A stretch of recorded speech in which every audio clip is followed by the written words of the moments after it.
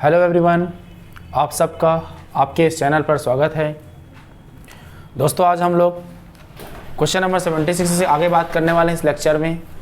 75 तक ऑलरेडी मैं डिस्कस कर चुका हूं पिछले 3 वीडियो के माध्यम से। तो जो विद्यार्थी नए होंगे वो पिछला वीडियो भी देख सकते हो। यहाँ से हम लोग 76 नंबर क्वेश्चन से आगे कंटिन्यू करेंगे जी। देखिए, ये क्वेश्चन जैसे कि आप देख पा रहे हो स्क्रीन पर है। क्वेश्चन दिया गया है, वार्षिक चक्रवृद्धि ब्याज के आधार पर निकटतम रूप तक मतलब लगभग मान निकालना है। गणना करते हुए 15% प्रति वर्ष की दर से 5,97,000 की राशि पर 2 सही 3/5 वर्षों में प्राप्त चक्रवृद्धि ब्याज ज्ञात कीजिए। तो हमें चक्रवृद्धि ब्याज ज्ञात करना है। चक्रवृद्धि ब्याज क्या होता है? डायरेक्ट उसका कोई फार्मूला नहीं है चक्रवृद्धि ब्याज का, लेकिन उसको हम लोग निकालते हैं ऐसा, compound interest equal to amount minus क्या होता है? प्रिंसिपल। और अमाउंट का फार्मूला क्या होता है? अमाउंट का फार्मूला है P1 + R/100 की पावर T। तो यहाँ पर R का मान 15% है, अमाउंट निकलेगा यहाँ पर 5700, 1 + R का मान 15% बटे 100। और आपको पता होना चाहिए जब समय फ्रैक्शन में रहता है तो 2 सही 3/5 वर्ष दिया है तो पावर में 2 वर्षों को लेना है और 3/5 वर्ष के लिए अलग से आंकड़ा तैयार करेंगे ऐसा 15 × 2/3 और यहाँ पर क्या रहेगा 100। ये इस टाइप का रहेगा। इसको अगर आप सॉल्व करते हो तो आपको टोटल अमाउंट मिलेगा। इसको मैं सॉल्व नहीं कर रहा हूँ, कैलकुलेशन है इसका, सीधा मैं एग्जैक्ट आंसर लिख रहा हूँ। इसका आंसर होगा 82166.925, ऐसा कुछ इसका कैलकुलेशन रहेगा। अब कंपाउंड इंटरेस्ट चाहिए तो क्या हो जाएगा?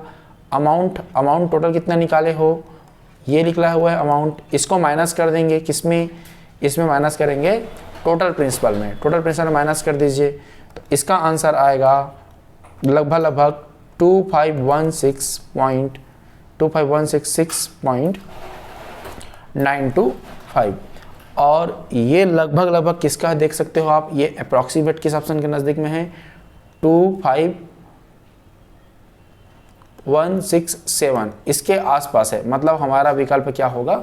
ये करेक्ट आंसर होगा। किसी को डाउट होगा बच्चों को कि इस कैलकुलेशन को क्या करना है सर? ये मैनुअली कैलकुलेट करना है, इसका कोई तोड़ नहीं है कैलकुलेशन का, कोई शॉर्टकट नहीं है। जिसका कैलकुलेशन स्ट्रांग रहेगा वो जल्दी बना पाएगा, जिसका स्ट्रांग नहीं रहेगा वो लेट से बनाएगा। बस इतनी सी बात इस पर। चलिए सेकंड क्वेश्चन के बारे में चर्चा करते हैं। अगला क्वेश्चन ये दशमलव भिन्न का क्वेश्चन है। ए बी और सी 3 एकल अंक वाली संख्याएं इस प्रकार हैं कि 0.ABC 19/37। तो ए बी और सी को आपको जोड़ना है। इस क्वेश्चन में क्या करना था? इस क्वेश्चन में आपको 19 को भाग देना है। 19 को भाग देना किससे? 19 को भाग देना है 37 से। तो जब 19 को आप 37 से भाग दोगे तो क्रमशः आप 0 वगैरह भाग दोगे तो इसका आंसर कुछ आएगा 0.513513 इस प्रकार से। तो अगर आप कंपेयर करोगे 0.ABC ऐसा करके है, इसका मतलब क्या है? 0.513513। तो A का मान होगा 5, B का मान होगा 1 और C का मान होगा 3। हमें तीनों को जोड़ के आंसर करना है तो A + B + C का मान कितना हो जाएगा? 5 + 1 + 3। ये आंसर आया कितना? 9। ऑप्शन क्या होगा? D। अब करेक्ट आंसर इसका D होगा। चलिए सेकंड क्वेश्चन, ये घातांक करने का क्वेश्चन है। इसको सॉल्व कैसे करना है? इसका सॉल्यूशन देखें। इसका क्वेश्चन सॉल्यूशन होगा 5A इसके इक्वल में कितना है? 35C ऐसा मान सकते हैं और 7B इक्वल टू क्या हो जाएगा? 35C। देखो, ना तो घात बराबर है ना तो आधार बराबर है। इस टाइप के सवालों में या तो घात बराबर होना चाहिए या तो आधार बराबर होना चाहिए। ठीक है, तो कुछ भी बराबर नहीं है तो दोनों के घात में 1/a का भाग देने पर ऐसा करोगे। यहाँ पर a है, दोनों घात में 1/a का भाग दे दीजिए आप। ठीक है, 5 की पावर से a को हटाना है तो 1/a का भाग देंगे तो ऐसा आ जाएगा। तो ये a कट जाएगा। 5 का मान क्या मिला? 35 की पावर में कितना आ गया, c/a आएगा। उसी प्रकार से यहाँ पर आप 7 बराबर क्या लिख सकते हो, दोनों की घात में आप 1/b का भाग दोगे तो क्या आएगा, c/b। ये हो गया इक्वेशन 2 मान लेना, इसको इक्वेशन 1 मान लेंगे। इक्वेशन 1 और 2 को आपस में मल्टीप्लाई कर दो तो एक तरफ 5 गुणित 7 हो जाएगा और एक तरफ कितना आ जाएगा, 35 की घात में c/a और इंटू 35 की घात में कितना, c/b। तो इधर आ गया 35, कुछ नहीं मतलब घात 1 है। देखिए एक नियम होता है, अगर आधार बराबर होता है तो घात आपस में जुड़ जाता है। तो 35 की घात में कितना हो जाएगा, c/b इस टाइप का। तो दोनों तरफ का आधार बराबर है, कैंसिल हो गया मान के चलो। तो क्या मिल रहा है यहाँ से आपको, यहाँ से c/a plus c/b equal to कितना आ रहा है, 1 आ रहा है। तो एलसीएम लोगे तो क्या होगा, c कॉमन निकाल दीजिए, इस तरफ b इस तरफ a, नीचे में क्या हो जाएगा, ba इक्वल टू कितना, 1। यहाँ से आगे सॉल्व करोगे c का मान क्या मिलेगा, 1 के साथ मल्टीप्लाई किसका होगा, b/a, नीचे में क्या रहेगा, a प्लस b। तो इसका सिंपल फॉर्म क्या है, ba/a प्लस b। तो c का मान क्या होगा, ba/a प्लस b, और ये दिख रहा है मुझे ऑप्शन सी में। तो इसमें घातांक करने का नियम यूज हुआ है, तो इसका सॉल्यूशन कुछ इस तरह से होगा जी। चलिए अगला क्वेश्चन, ये पजल का क्वेश्चन है। पजल में टाइम टेकिंग है, इसका मैं सीधा आपको सॉल्यूशन बता रहा हूँ क्या है क्वेश्चन सॉल्यूशन, या फिर जैसे कि बनाएंगे तो कैसे बनाएंगे इस क्वेश्चन को थोड़ा सा देखते हुए चलो, ठीक है। 8 बक्से एक के ऊपर एक रखे गए हैं, बक्सा ए के ऊपर 8 बक्से हैं, तो 8 बक्सा हमें बनाना पड़ेगा इस टाइप का। यहाँ 8 बक्से एक के ऊपर एक रखे गए हैं, कैसे बनाएंगे, ये 1 2 3 4 5 6 7 8। ए के ऊपर 5 से अधिक बक्से हैं, तो ए जहाँ पर भी रहेगा उसके ऊपर कितने बक्से रहेंगे, 5 से ज़्यादा। तो टोटल 8 बक्सा है, तो एक खुद में एक बक्सा है, तो 1 2 3 4 5 ऐसा हो सकता है, 5 बक्से हो सकते हैं, 5 से ज़्यादा बोला है तो 6 बक्सा होगा, ये एक कंडीशन। या फिर ए के ऊपर कितना बक्सा होगा, 7, एक इसके नीचे में एक हो सकता है, 6 बक्से ऊपर में खुद एक बक्सा और नीचे में एक बक्सा हो सकता है, इसके ऊपर में सारे बक्से हों, 1 2 3 4 5 6 7 और खुद एक बक्सा। तो या तो ये कंडीशन बनेगा या तो ये कंडीशन बनेगा। तो एक बार मैं यहाँ पर ए को लेके बना दे रहा हूँ और एक कंडीशन और ले रहे हैं, ऐसा 1 2 3 4 5 6 7, और एक बार सबसे नीचे में ए को, 2 ही कंडीशन बनेगा। एक ऊपर में 5 से ज़्यादा बक्से होना चाहिए, तो अगर मैं 6 बक्से रखता हूँ तो उसके नीचे में एक बक्सा होगा, और अगर उसके नीचे में 7 बक्सा रखता हूँ तो खुद एक बक्सा होगा। तो ये 2 पॉसिबिलिटी बनेगा, तो दोनों को हम लोग बना सकते हैं, ठीक। आगे देखिए आगे क्या बोला गया है, और ये बॉक्स एफ के ठीक ऊपर है, बॉक्स एफ के ठीक ऊपर है। अब के कहाँ पर है, एफ कहाँ पर है नहीं पता, तो क्या करेंगे इसको बनाने के लिए, यहाँ पर थोड़ा सा हिंट के रूप में लिखेंगे, बॉक्स एफ के ठीक ऊपर में, एफ के ठीक ऊपर रहेगा और बॉक्स एम के ठीक नीचे है। ये और शब्द किसके लिए आया है, तो ये और शब्द दूर वाले के लिए आया है जी, के लिए। तो बॉक्स एम के ठीक नीचे कौन है, तो बॉक्स एम के ठीक नीचे क्या होगा, के होगा। तो जहां भी रहेंगे तीनों एक साथ रहेंगे, एम के और एफ। तो अभी कहां पर रहेंगे नहीं पता, इसलिए नहीं पुट कर रहा हूं, लेकिन आप इस चीज को माइंड में रखना कि जहां पर भी जाएंगे तीनों साथ में जाएंगे। फिर अगला पॉइंट बोला गया है, बॉक्स एफ और बॉक्स डब्ल्यू के बीच 2 बक्से हैं, तो एफ और डब्ल्यू के बीच में 2 बक्से हैं। तो ऐसा हो सकता है एफ और डब्ल्यू के बीच में 2 बक्से, तो यहाँ पर डब्ल्यू या तो ये कंडीशन बनेगा या तो ऐसा बनेगा, एफ और उसके नीचे में 2 बक्से और डब्ल्यू ऐसा। तो ऐसा ही बन सकता है और ऐसा बन सकता है, दोनों पॉसिबिलिटी है। कहाँ पर जाएगा फिलहाल अभी नहीं पता, तो नहीं बना रहे हैं। फिर बॉक्स एच बॉक्स डब्ल्यू के नीचे और बॉक्स क्यू के ऊपर है। देखिए बॉक्स एच जो है वो डब्ल्यू के नीचे है, एच जो है डब्ल्यू के नीचे है, लेकिन यहाँ पर ये नहीं बोला है कि ठीक नीचे है। नीचे मतलब ठीक नीचे भी हो सकता है और 2-3 के बाद भी हो सकता है। तो बॉक्स लेकिन इतना पता है कि एच डब्ल्यू के नीचे है और बॉक्स क्यू के ऊपर है। तो ये और शब्द आया है, ये और फिर किसके लिए उपयोग हुआ है, ये और दूर वाले के लिए प्रयोग हुआ है, एच के लिए प्रयोग हुआ है। तो बॉक्स मतलब बॉक्स एच बॉक्स डब्ल्यू के नीचे है और बॉक्स क्यू के ऊपर है। तो क्यू के ऊपर कौन होगा, क्यू के ऊपर एच होगा, ऐसा मतलब है। तो ये तीनों रहेंगे, लेकिन जस्ट इसके नीचे में रहेगा, डब्ल्यू के नीचे में एच रहेगा, ऐसा कोई जरूरी नहीं है, और क्यू के तुरंत ऊपर में एच रहेगा, इस बात का भी कोई जानकारी नहीं है। अगला नहीं बोला गया है बॉक्स बी बॉक्स क्यू के नीचे पर ठीक नीचे नहीं है। अब ये बोला गया है कि बॉक्स बी जो है बॉक्स क्यू के नीचे ठीक नीचे नहीं, तो हो सकता है यहाँ पर गैप होगा, उसके बाद क्या रहेगा, बी रहेगा। ठीक, आगे अगला लास्ट लाइन बोला गया है कम से कम 4 बक्से बॉक्स एफ के नीचे हैं। एफ के नीचे मिनिमम 4 होना चाहिए, 1 2 3 4, 4 से ज़्यादा भी रहेगा तो कोई दिक्कत नहीं है। अब इनको जमाएंगे, ठीक है। तो 4 को कहाँ जमाना पड़ेगा, एफ के नीचे 4 लोग होना चाहिए। तो यहाँ पर एक यहाँ एफ नहीं आ सकता, एक नहीं आ सकता, यहाँ नहीं आ सकता, कम से कम 4 यहाँ पर आ सकता है एफ, इसके ऊपर भी आ सकता है, इसके ऊपर भी आ सकता है। तो यहाँ पर एक बार रख के देख रहे हैं, एफ को रख कर देख रहे हैं। अब अगर एफ यहाँ पर आएगा तो के कहाँ आएगा, के ऊपर आएगा, एम कहाँ आएगा, एम ऊपर आएगा, ऐसा बना सकते हैं। ठीक, फिर बोला गया है यहाँ से देखिए एक ये वाला पॉइंट, एफ और डब्ल्यू के बीच में कितना होना चाहिए, एफ और डब्ल्यू के बीच में 2 होना चाहिए। क्या दिया है क्वेश्चन में, यहाँ पर बोला है बॉक्स एफ और बॉक्स डब्ल्यू के बीच 2 बक्से हैं, एफ और डब्ल्यू के बीच में 2 बक्से हैं। तो एफ यहाँ पर है तो डब्ल्यू को यहाँ पर रख के बना सकते हैं ताकि के और एम 2 बक्से हो जाएंगे। फिर बोला गया है कि डब्ल्यू के नीचे क्या होना चाहिए, यहाँ से देखिए एच होना चाहिए। तो एच को अगर मैं यहाँ पर बना देता हूँ तो बन सकता है बिल्कुल। और क्यू को कहाँ बनाना है, क्यू को जस्ट उसके ऊपर बनाना है। तो क्यू यहाँ भी आ सकता है, यहाँ भी आ सकता है, तो कहीं पर ही बना सकते हैं क्यू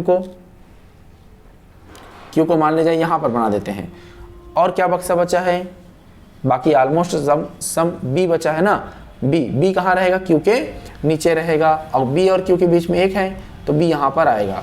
तो इस हिसाब से ये हमारा क्या होता है, करेक्ट सीक्वेंस होता है। इसके हिसाब से अगर आप आंसर निकालोगे तो कौन सा सही है, तो इसमें आप देखो ऑप्शन सी बॉक्स एम और बॉक्स डब्ल्यू के ठीक नीचे है, बॉक्स एम बॉक्स डब्ल्यू के ठीक नीचे है, ये हमारा ऑप्शन क्या हो रहा है, करेक्ट हो रहा है।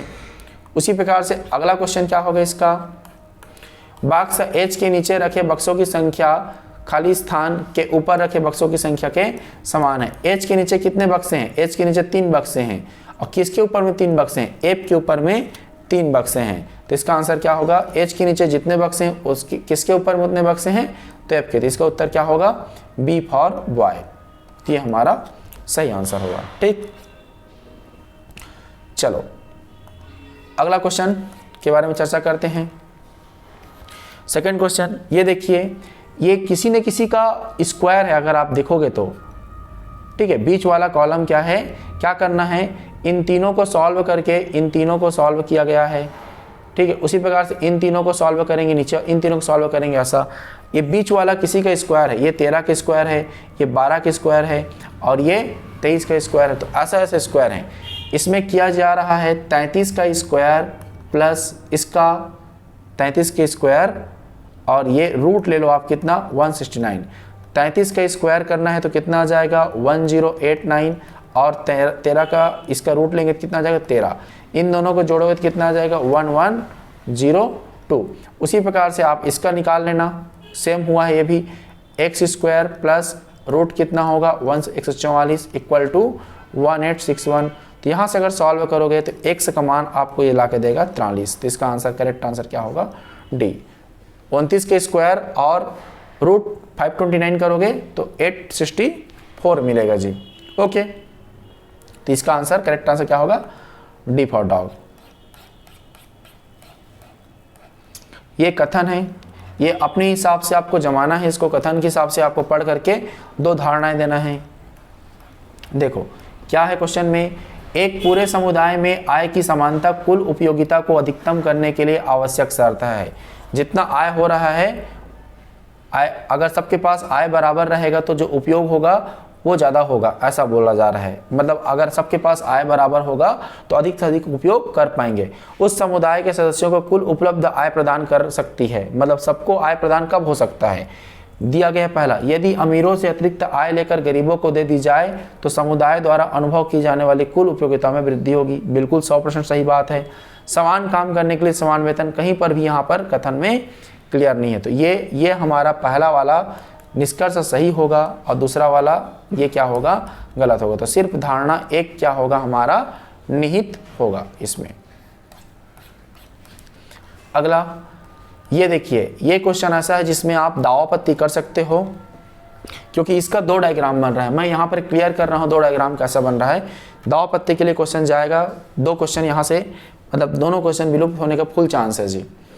क्वेश्चन के हिसाब से यहाँ पर बात करते हैं। देखो रोहन, यहाँ पर 8 लोग बैठे हुए हैं, वृत्त के चारों ओर केंद्र की ओर मुंह करके बैठे हैं। तो 8 लोगों का डायग्राम कुछ ऐसा बना दे रहा हूं मैं, 1 2 3 4 5 6 7 और ये 8। पहला लाइन बोला गया है रोहन रेशमा के दाएं से दूसरे स्थान पर बैठा है। रोहन रेशमा के दाएं, पहले रेशमा को बनाएंगे, ये रेशमा के दायां कहाँ पर बैठा है, रोहन दूसरे स्थान पर, ये रोहन का होगा। दायां मतलब इस तरफ, दूसरे स्थान पर होगा। जो सुषमा और साहिल का पड़ोसी है, जो कौन सुषमा और साहिल का पड़ोसी है, जो शब्द नजदीक वालों के लिए रहेगा, तो रेशमा जो है किसका पड़ोसी है, सुषमा और साहिल का पड़ोसी है। तो या तो सुषमा यहाँ आ सकती है और साहिल यहाँ आ सकता है। तो सुषमा को मैं यही बना रहा हूँ, ठीक है। सुषमा यहाँ होगी तो साहिल कहाँ होगा, साहिल यहाँ पर होगा। उल्टा भी हो सकता है, अगर साहिल यहाँ पर नहीं होगा, मतलब इंटरचेंज करके भी आप डायग्राम को बना सकते हो। तो इंटरचेंज बनाना आप लोग आगे पढ़ेंगे तो वहाँ पर एक छोटा सा लाइन गलत होगा, क्योंकि यहाँ ये वाला लाइन मिस प्रिंट हो जाएगा अगर चेंज करते हैं तो। साहिल रूही का पड़ोसी है, तो ठीक। यहाँ देखिए आगे बोला गया है सुषमा और साहिल ये पड़ोसी हैं, किसके, रेशमा के पड़ोसी हैं, रेशमा के पड़ोसी हैं। संदीप रोहन का पड़ोसी नहीं है, संदीप रोहन का पड़ोसी नहीं, मतलब यहाँ पर कौन नहीं हो सकता, यहाँ पर संदीप जो है नहीं आ सकता, क्योंकि वो संदीप यहाँ पर आएगा तो रोहन का पड़ोसी बन जाएगा, नहीं बना सकते। साहिल रूही का पड़ोसी है, तो साहिल रूही का, तो रूही को कहाँ आना पड़ेगा, यहाँ पर आएगा रूही, ठीक। और संदीप यहाँ, संदीप के लिए 2 जगह है, या तो संदीप यहाँ होगा तो यहाँ, किसी एक जगह जमा दे तो संदीप को, मान लीजिए मैं संदीप को यहाँ पर जमा देता हूँ। अब देखिए आगे, रौनक संदीप और सृष्टि के बीच नहीं है, रौनक संदीप और सृष्टि के बीच नहीं है, तो कहाँ पर जमाएंगे रौनक को, ताकि संदीप और सृष्टि के बीच ना जमे। तो रौनक को जमाना है संदीप और सृष्टि के बीच नहीं ना, तो रौनक यहाँ और सृष्टि को यहाँ ऐसा जमा सकते हैं। तो बिल्कुल अगर ऐसा जमा देते हैं तो संदीप और सृष्टि के बीच में रौनक कहाँ आ रहा है, नहीं आ रहा, तो सृष्टि के बाजू में आ गया। आगे अगला लाइन बोला गया है सृष्टि रूही और संदीप के बीच नहीं है, बिल्कुल रूही संदीप और सृष्टि के बीच नहीं है। तो ये एक डायग्राम बनेगा, पीएससी इसके हिसाब से आंसर लिया है, ठीक। इसके हिसाब से क्या आंसर है, सृष्टि के संदर्भ में रेशमा की स्थिति क्या है। सृष्टि देखने पर रेशमा क्या है, पहला दूसरा तीसरा, लेफ्ट तरफ से किस स्थान पर आएगी, तीसरा, और राइट तरफ से किस स्थान पर आएगी, तीसरा, ठीक है। Option A. 1 मिनट, सृष्टि के संदर्भ में रेशमा की स्थिति, सी दाईं और चौथा, हाँ 1 सेकंड रुकिए, सृष्टि के संदर्भ में रेशमा की स्थिति, तो पहला दूसरा तीसरा चौथा, तो दाईं ओर कौन सा है, दाईं ओर से चौथा, ऑप्शन सी मैच कर रहा है।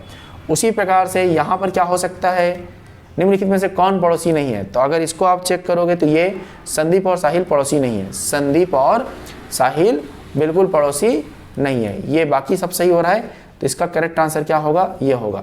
देखिए ये तो था एक डायग्राम, एक डायग्राम और बन सकता है, उस डायग्राम को देखिए मैं बना के दिखा रहा हूँ, उसके हिसाब से बच्चे दावापत्ती कर सकते हो आप लोग, जो जो बनाना चाहते हो। ये देखो ये ऐसा है, 1 2 3 4 5 6 7 8, शुरुआत के लाइन में कोई फॉल्ट नहीं है, जहाँ से संदीप आएगा वहाँ पर दिक्कत होगा। देखो ऐसी जमाना है शुरुआत में, हाँ यहाँ से बना सकते हैं, ये रेशमा, यहाँ पर सुषमा, यहाँ तक ठीक है, यहाँ पर रोहन, यहाँ तक भी ओके है, यहाँ साहिल, ये भी ठीक है, और यहाँ रूही, यहाँ तक बात सही है। मैं यहाँ पर क्या क्यों, देखो संदीप को मैं कहाँ पर जमाया हूँ, संदीप को रूही के बाजू में जमाया है। ये डायग्राम थोड़ा छोटा कर रहे हैं, हाँ, संदीप को कहाँ जमाए हैं, संदीप को रूही के बाजू में जमाए हैं। मैं संदीप को यहाँ डाल रहा हूँ, ठीक। अब देखिए क्या होगा क्वेश्चन का आंसर, संदीप यहाँ पर रहेगा। तो क्वेश्चन क्या बोला गया है, क्वेश्चन में बोला गया है, यहाँ से देखिए सुषमा और साहिल पड़ोसी हैं, संदीप रोहन का पड़ोसी नहीं है। बिल्कुल, संदीप अभी भी रोहन का पड़ोसी नहीं है। साहिल रूही का पड़ोसी है, साहिल रूही का पड़ोसी, ये भी ठीक है। रौनक संदीप और सृष्टि के बीच नहीं है, तो आप ना रौनक को यहीं बना दो और सृष्टि को आप ऐसे बना दो।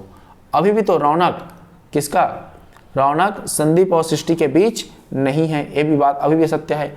तो हमारा डायग्राम ऐसा भी बन सकता है, ठीक, और हमारा डायग्राम ऐसा बन सकता है। अब इसके हिसाब से अगर आंसर करोगे तो सृष्टि से रेशमा की स्थिति क्या होगा, फिर वो गलत आएगा।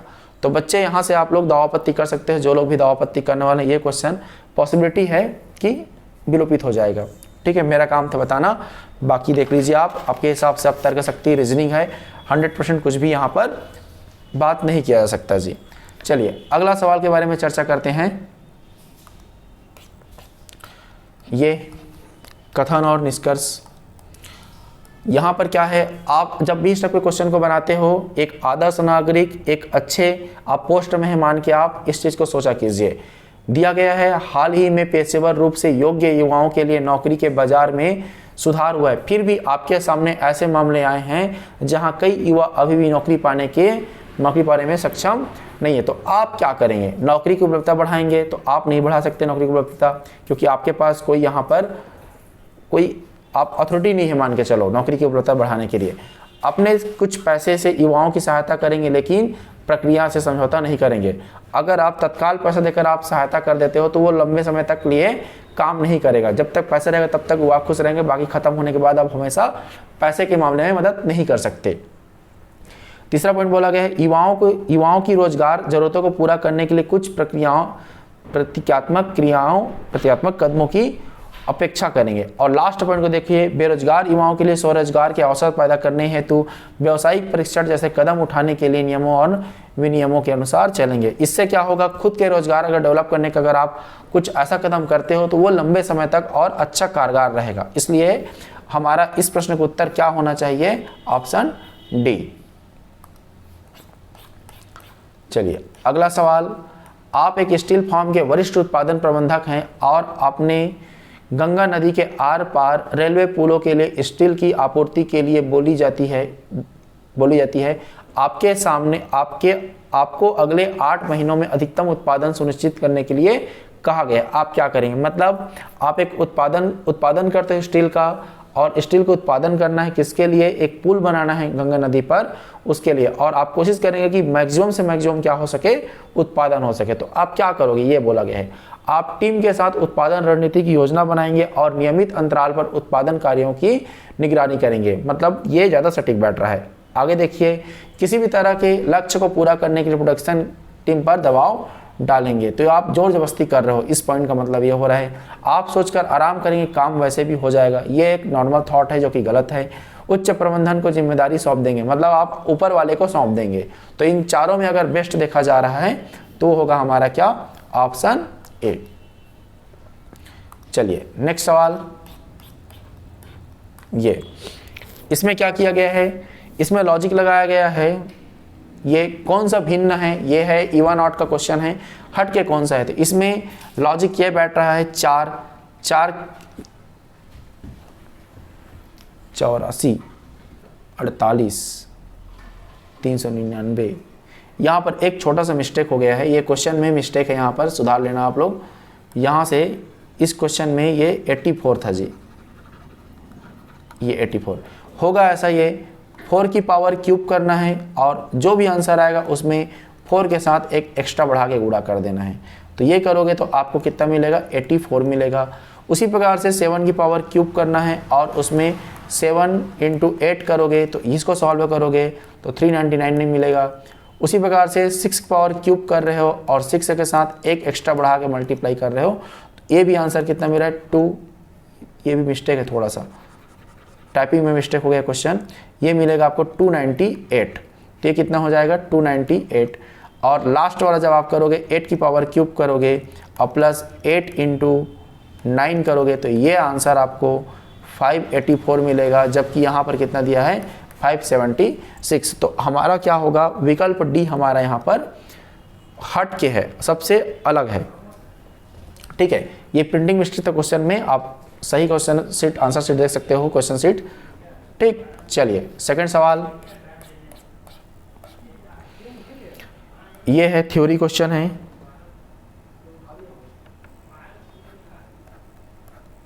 देखो, इसको बोलते हैं डिसीजन मेकिंग वाला क्वेश्चन। इसमें क्या चीज़ करना रहता है, जैसे कि आप कोई भी फॉर्म भरते हो, नौकरी वोकरी के लिए फॉर्म भरते हो, तो उसमें 2 प्रकार की जानकारी दिया रहता है। एक को बोलते हैं बेसिक इंफॉर्मेशन, एक को बोलते हैं एडिशनल इंफॉर्मेशन। बेसिक इंफॉर्मेशन वो है जिसमें अगर कोई विद्यार्थी बेसिक इंफॉर्मेशन के सारे ज़रूरतों को पूरा कर देता है, सारे रिक्वायरमेंट को पूरा कर देता है, तो उसको सेलेक्ट कर लिया जाता है। लेकिन अगर बेसिक इंफॉर्मेशन में कोई चीज़ कमी हो जाता है तो उस कमी को पूरा करने के लिए कुछ एक्स्ट्रा जानकारी देता है, उसको बोलते हैं एडिशनल इंफॉर्मेशन। जैसे कि मान लिया जाए कोई पोस्ट निकला है, उस पोस्ट के लिए आप प्रबल दावेदार हो, आपका सब चीज़ ठीक है, आपने सब चीज़ में लाया हुआ है, और उस पोस्ट में एक छोटा सा चीज़ मंगा हुआ है एक्सपीरियंस का, एक्सपीरियंस मंगा है, मान लिया जाए 2 साल का एक्सपीरियंस मंगा है। आपके पास हर एक चीज़ है, लेकिन एक छोटा सा फैक्टर आ गया, मान लिया जाए एज मांगता है, उसमें 30 साल तक के अंदर होना चाहिए। ऐसा जब हम लोग फॉर्म भरते आता है ना कि आप पीएससी के कैंडिडेट हो, 21 साल से कम के विद्यार्थी नहीं डाल सकते, तो उसी प्रकार से एक नौकरी के लिए फॉर्म निकला हुआ है, उसमें कुछ क्राइटेरिया बोला है। उसमें एक क्राइटेरिया दिया है कि आप 21 साल से बड़े होना चाहिए आपका उम्र, और 30 साल से छोटा होना चाहिए। और जिस पोस्ट का फॉर्म निकला है उसमें मान के चलो कि वो एक एक्सपीरियंस वाला पोस्ट है, उसमें 3 साल का मैक्सिमम नहीं बोलना चाहिए, 3 साल का एक्सपीरियंस मंगा है। अब आप एक ऐसे कैंडिडेट हो, आपके पास 3 साल के बजाय आपके पास 5 साल का अनुभव है, जिस चीज़ में मांग रहा है एक्सपीरियंस आपके पास 5 साल का है। लेकिन दिक्कत क्या हो गया, आपके पास जो समय है जो 30 साल बोला गया है, आपका उम्र 30 साल 2 महीना हो गया, तो क्या आपको वहाँ पर नेग्लेक्ट कर दिया जाएगा कि आपके बारे में कुछ सुनवाई होगा कि नहीं होगा? तो अगर ऐसे कैंडिडेट को सीधा वहाँ पर नकार लिया जाता है, तो मान के चलो कि जो भी कंपनी वहाँ पर रिक्वायरमेंट ले रही है वो उसको दुर्भाग्य होगा। तो क्योंकि देखिए 3 साल का एक्सपीरियंस मांगा है, लेकिन जो कैंडिडेट आ रहा है वो 5 साल का अपना एक्सपीरियंस बताएगा, तो अगर वो कैंडिडेट ज्वाइन करता है उस कंपनी को, उस फील्ड को, तो उसको फायदा होगा, कंपनी वाले को फायदा होगा। तो ऐसे कैंडिडेट के लिए क्या किया जाता है, कुछ जानकारी दिया जाता है कि इस केस को क्या करेंगे, डायरेक्ट मना करेंगे कि इसको हायर अथॉरिटी के पास भेजेंगे कि टीम तैयार करेंगे कि क्या करेंगे, उसी को बोला जाता है एडिशनल इंफॉर्मेशन। अब देखिए यहाँ पर क्वेश्चन में आइए, 2 क्वेश्चन दिया गया है। बोला गया है कैंपस प्लेसमेंट के माध्यम से आईटी कंपनियों में चयन करने के लिए कुछ पात्रता मापदंड स्थापित किए गए हैं। निम्नलिखित कुछ आवश्यकताएं हैं जिन्हें आईटी कंपनियां भर्ती के समय कुछ अच्छे उम्मीदवारों की तलाश के खोज में लगी है। पहला पॉइंट दिया है, ये बेसिक इंफॉर्मेशन बोलेंगे जी, ये 4 पॉइंट दिया है, इसको और इसको बोलते हैं बेसिक जानकारी, बेसिक इंफॉर्मेशन। बोला जा रहा है उम्मीदवार के पास सभी सेमेस्टर परीक्षाओं के औसत रूप से कम 8 SGPA होना चाहिए। SGPA वह स्कोर है जो वह छात्र 10 में से प्राप्त करता है, तो कितना होना चाहिए, 8 SGPA होना चाहिए। दूसरा बोला गया है उम्मीदवार के पास सेमेस्टर परीक्षाओं में परीक्षा में 1 से अधिक बैकलॉग नहीं होना चाहिए। अगर 1 से अधिक बैकलॉग है तो फिर दिक्कत होगा, 1 बैकलॉग है तो चल जाएगा, 1 से कम है तो भी चल जाएगा, लेकिन 1 से ज़्यादा है तो फिर प्रॉब्लम है।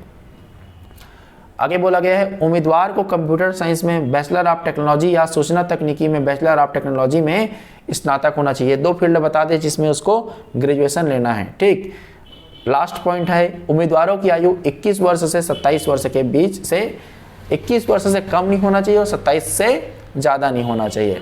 इसको बोलते हैं बेसिक जानकारी। अब एक्स्ट्रा जानकारी किसको बोलेंगे, देखिए एडिशनल इंफॉर्मेशन क्या बोला गया है, ये है एडिशनल इंफॉर्मेशन। किसको बोलेंगे एडिशनल, इसको बोला जाता है एडिशनल,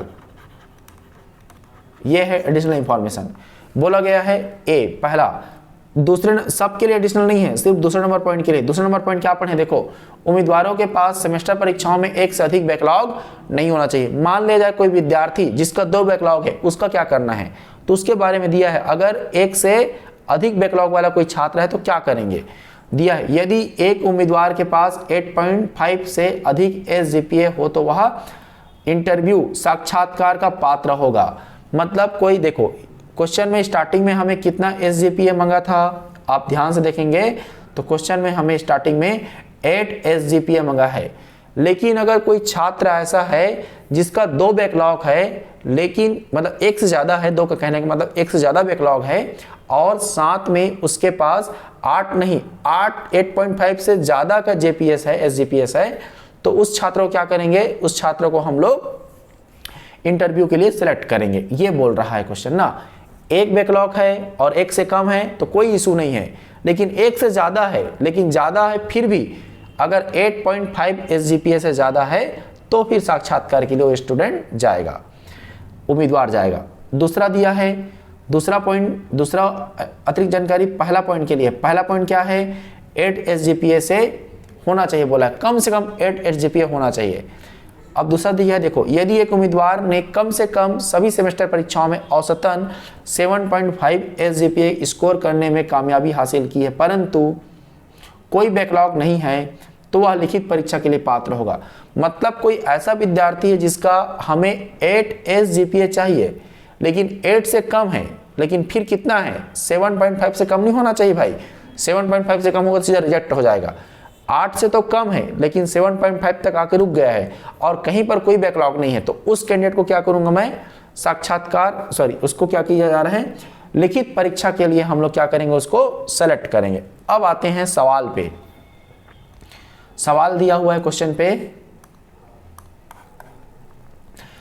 एक छात्र है, कंप्यूटर विज्ञान में बैचलर ऑफ टेक्नोलॉजी में स्नातक का 0 बैकलॉग है, सभी सेमेस्टर में उसका औसत SGPA 9.25 है, वह 26 साल की है। देखिए क्या कह दिया है यहाँ पर, SGPA कितना होना चाहिए, 8 से अधिक होना चाहिए, 8 से अधिक है, 9.25 है, कोई दिक्कत नहीं।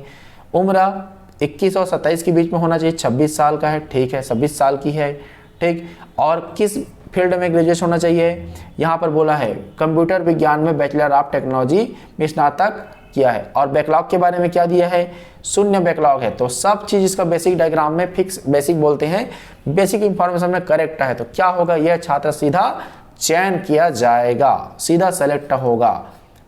किसी को डाउट होगा कि सर इसका तो 9.25 है, 9.25 8.5 से अधिक है तो क्या करेंगे, तो वो एक से ज़्यादा बैकलॉग विद्यार्थियों के लिए है, वो जो बेसिक में एकदम सही है उसका सीधा क्या होगा, सिलेक्शन माना जाएगा। अगला 89, सूचना प्रौद्योगिकी में बैचलर ऑफ टेक्नोलॉजी में स्नातक, 24 वर्षीय, एज कंप्लीट है, सूचना तकनीकी दिया है, मतलब फील्ड भी ठीक है, बिना किसी बैकलॉग के सभी सेमेस्टर में 7.8 का औसत SGPA हासिल किया है।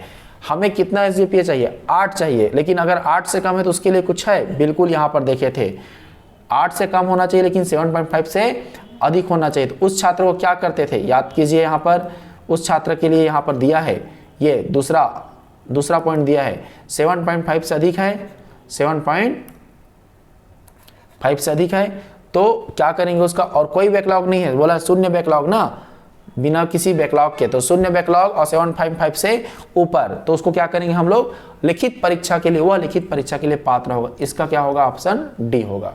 तो इस तरह से हमारा थ्योरी पोर्शन वाला क्वेश्चन कवर होता है जी। आई होप समझ में आया होगा उत्तर।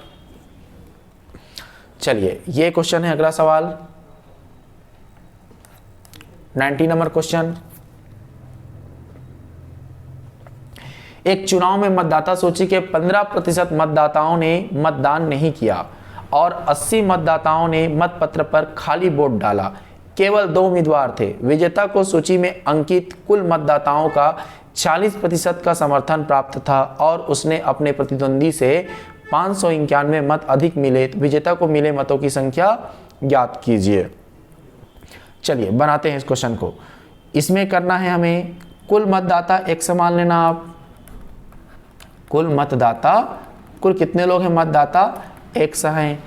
कितने परसेंट लोगों ने मत नहीं दिया, 15%। तो कितने लोगों ने मत दिया था, तो मत वोट डाले बोल सकते हैं, है ना, या फिर इसी को क्या बोलेंगे, वैध मत बोला जाता है, या फिर डाले गया मत। तो 1/15% नहीं डालें तो कितना डालें, 85% डालें, तो ऐसे लिखेंगे 1/85% लोगों ने मत दिया।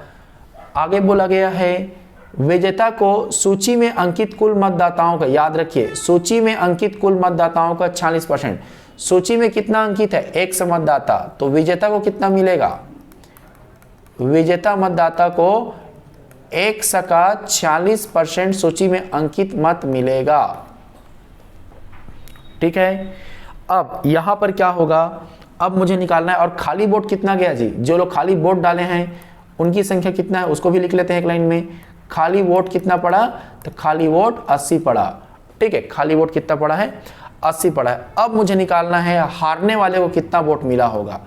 तो देखिए हारने वाले को वोट, हारने वाले को वोट, तो कुल वैध मत कितना था, 1/85% कुल वैध मत था। इसमें माइनस किसने करूंगा, जो जीतने वाला विजेता है उसको, उसके मतों को माइनस करना पड़ेगा, तो 46x/100, और जो खाली वोट है उसको भी जोड़ के घटाएंगे कुल मत में। तो अगर इसको सॉल्व करोगे तो ये आएगा 39x/100 और माइनस कितना 80। तो ये हारने वाले को मिला है और जीतने वाले को मिला है।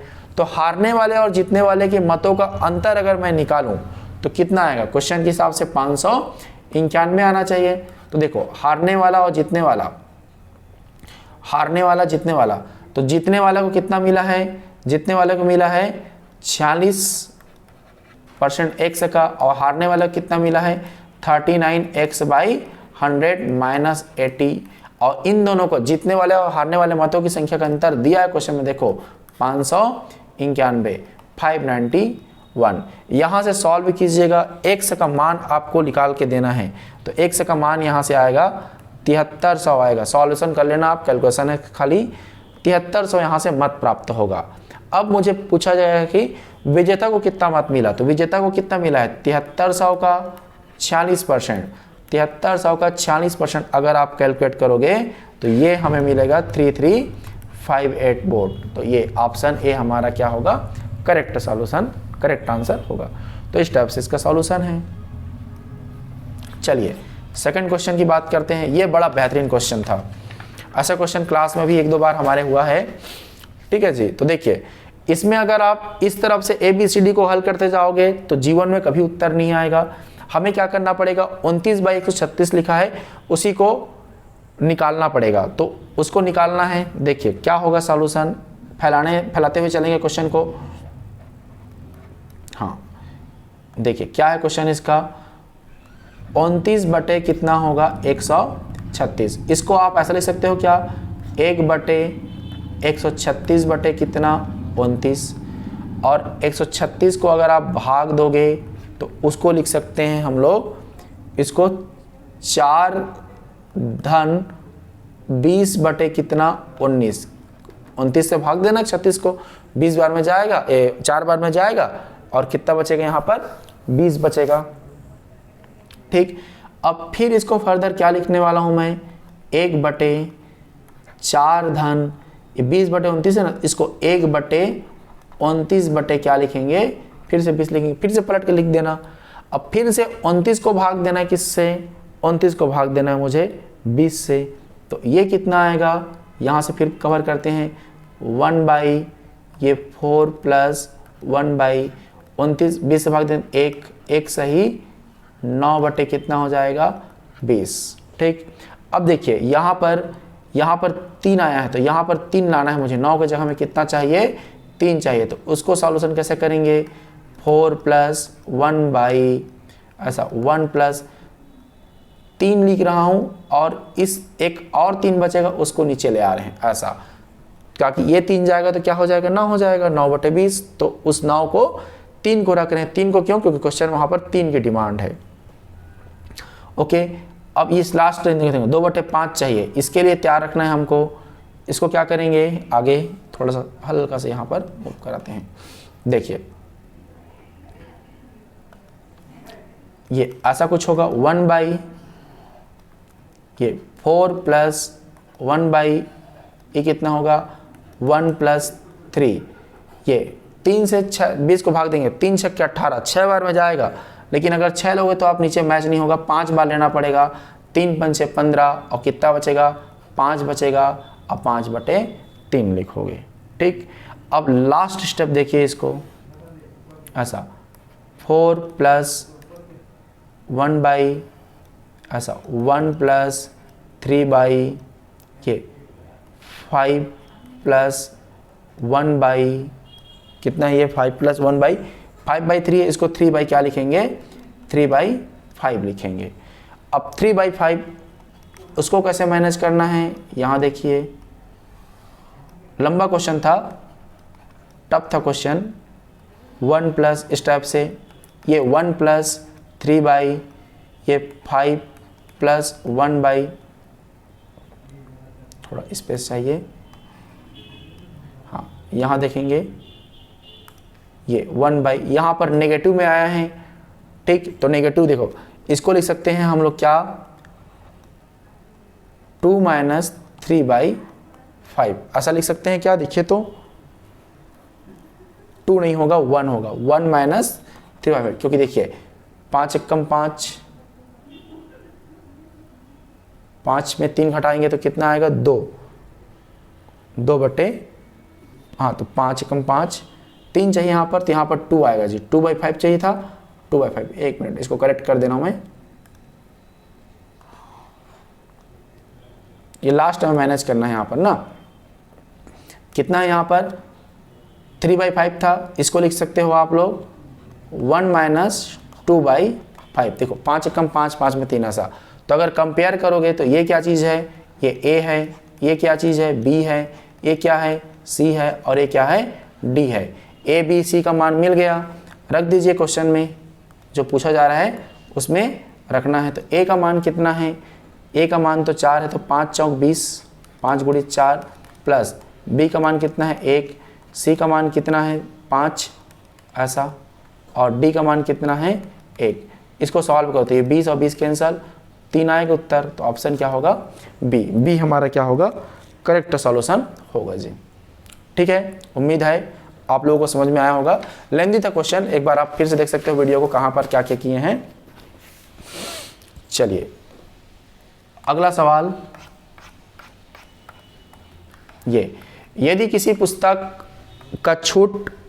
पुस्तक पर छूट विक्रय मूल्य का 40% है और छूट प्रतिशत लाभ प्रतिशत के बराबर है, तो दी गई छूट का क्रय मूल्य से अनुपात ज्ञात कीजिए।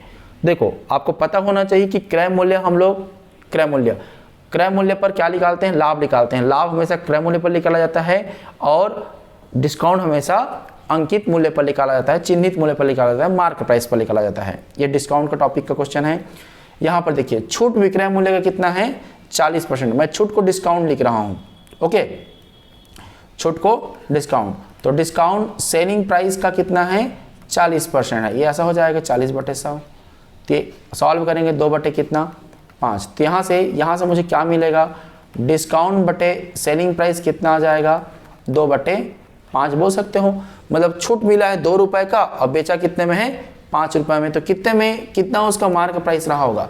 तो जितने का छूट मिला है उसको और जितने को बेचा है उसको जोड़ दोगे तो ये मतलब ऐसा है 7 रुपए का सामान था जिसको 2 रुपए छूट दे करके 5 रुपए में बेच दिया गया है।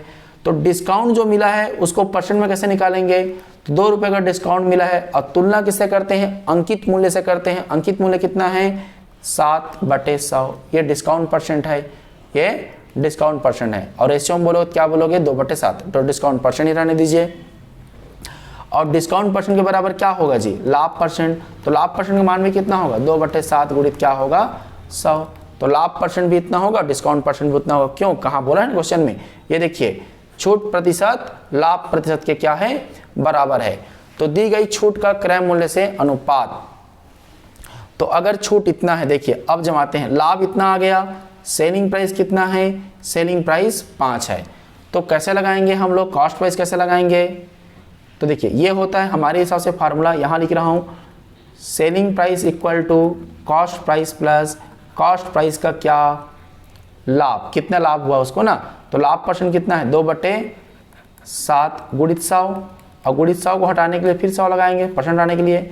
इसको थोड़ा सिंप्लीफाई करते हैं, सेलिंग प्राइस का मान कितना है 5, यहाँ पर देखो ये 7 और 2 9, 9 CP बटे कितना हो जाएगा 7, तो CP का मान कितना आएगा जी, यहाँ से CP का मान आ जाएगा 35 बटे कितना 9। ठीक है, हमें क्या पूछा है, हमें छूट का क्रय मूल्य से अनुपात, डिस्काउंट रेशियो क्या पूछा है, कॉस्ट प्राइस। डिस्काउंट का मान तो 2 है और क्रय मूल्य का मान कितना है 35 बटे 9। इसको करेंगे तो दोनों तरफ 9 को गुणा कर दीजिए, ये कितना आएगा 18 अनुपात कितना 35। ये हमारा करेक्ट आंसर होगा। 18 रेशियो कितना 15, 92 का क्या होगा, विकल्प सी होगा आंसर। ओके, चलिए इसके बाद देखिए अगला सवाल, ये एक उड़ान के बिजनेस क्लास और इकोनॉमिक क्लास के हवाई किराए का अनुपात 7:2 है। इकोनॉमिक क्लास और बिजनेस क्लास द्वारा यात्रा करने वाले यात्रियों की संख्या 26:5 के अनुपात में थी। यदि कुल संग्रह किए गए इतना रुपए था तो बिजनेस क्लास के यात्रियों द्वारा भुगतान की गई कुल राशि ज्ञात कीजिए। ठीक, तो इसको मैं थोड़ा सा शॉर्टकट बताने का प्रयास कर रहा हूँ। देखिए कितना कितना किराए का अनुपात है, इकोनॉमी, बिजनेस क्लास और हवाई क्लास। ये बिजनेस को बी लिख रहा हूँ, इकोनॉमी को आई लिख रहा हूँ। बिजनेस क्लास और इकोनॉमिक क्लास का किराया कितना है 7:2। ये क्या है, ये किराया है। ठीक है, ये क्या है, किराया है। और यात्रियों की संख्या यहाँ पर थोड़ा सा घुमा दिया है, देखिए क्वेश्चन में इकोनॉमी क्लास का और बिजनेस क्लास का। तो बिजनेस क्लास का क्या है 5 है, लेकिन इकोनॉमी का कितना है 26 है। तो यहाँ पर बिजनेस के नीचे बिजनेस रहेगा, ये 5 के नीचे 5 रहेगा, यहाँ पर कितना रहेगा 26। ये क्या है, यात्री है। तो यार किराया और यात्री को गुणा करो तो कुल कितना वहाँ से इनकम हो रहा है पता चलेगा ना। तो दोनों को गुणा कर दो आप, कितना आ जाएगा 35, इधर गुणा कर दो कितना आ जाएगा 52।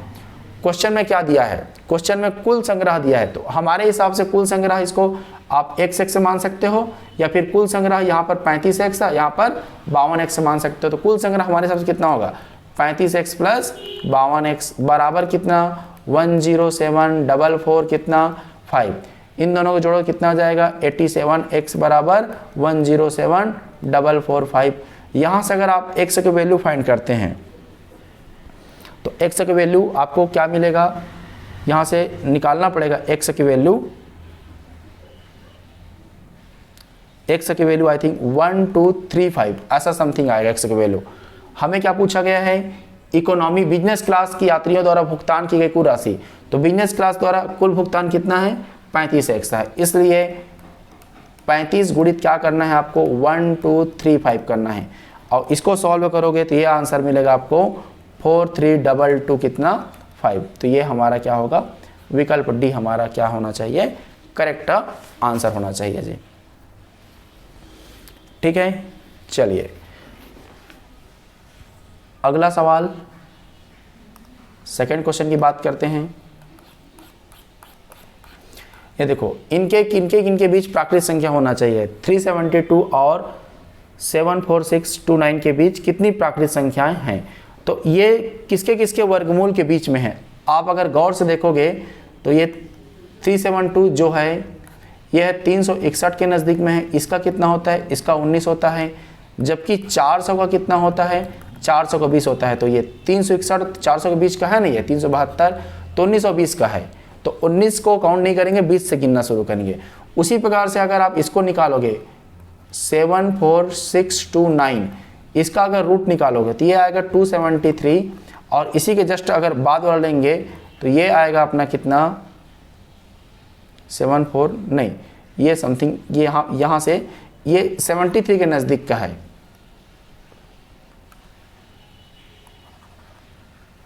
ये ऐसा देखिए होता क्या है, ये ऐसा यहाँ पर अगर 74629 निकालेंगे तो इसके नज़दीक है ये 74529, ये नज़दीक है 273 का। और इसी के जस्ट अगर बात की बात करेंगे तो 75076 ये नज़दीक होता है 274। तो इन दोनों के बीच में है। तो 274 से ये किसके बीच का है, हाँ इन दोनों के बीच का है तो 273 काउंट नहीं होगा। तो 20 से लेकर के 274 तक कुल कितनी संख्याएं हैं, ये 273 तक काउंट करेंगे क्योंकि उसके पहले तक लेना है। तो क्या करना पड़ेगा, 273 में माइनस क्या कर दोगे 20, उसके पहले का जितना संख्या रहेंगे। लेकिन 20 को काउंट करना है तो या फिर आप यहाँ पर 19 ले सकते हो। अब 20 को काउंट करना है तो उसके लिए क्या करना पड़ेगा, 1 करना पड़ेगा। तो ये कितना जाएगा 254। तो ये हमारा क्या होगा करेक्ट आंसर। इसको वैदिक विधि से भी बना सकते हो आप, लेकिन वैदिक विधि से टफ जाएगा, भाग विधि से बनाइएगा।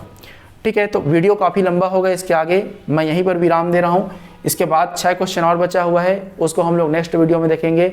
और एक विद्यार्थी डाउट पूछा था मुझसे एक क्वेश्चन का, उस क्वेश्चन का सॉल्यूशन मैं लास्ट वीडियो के अंत में दूंगा जी। जो पजल वाला क्वेश्चन था उसके हम लोग लास्ट में करेंगे। तब तक आप इसको बनाइए और देखिए, फीडबैक लीजिए क्या क्वेश्चन आ रहा है, कैसा आ रहा है। तो क्वेश्चन का लेवल थोड़ा सा टफ है, प्रैक्टिस की ज़्यादा ज़रूरत रहेगा, तब जा कर के आप इतना अप्रोच पाओगे। बट डोंट वरी, ये क्या चीज़ है, अपना क्वालिफाई मार्क्स है तो दिक्कत नहीं। अगर आप 12-15 क्वेश्चन भी अगर आपने बना लिया है तो मान के चलिए कि आपको मैथ्स आता है। ठीक है, चलिए तो अगला हम लोग सेकंड क्लास में मिलते हैं, तब तक के लिए ओके।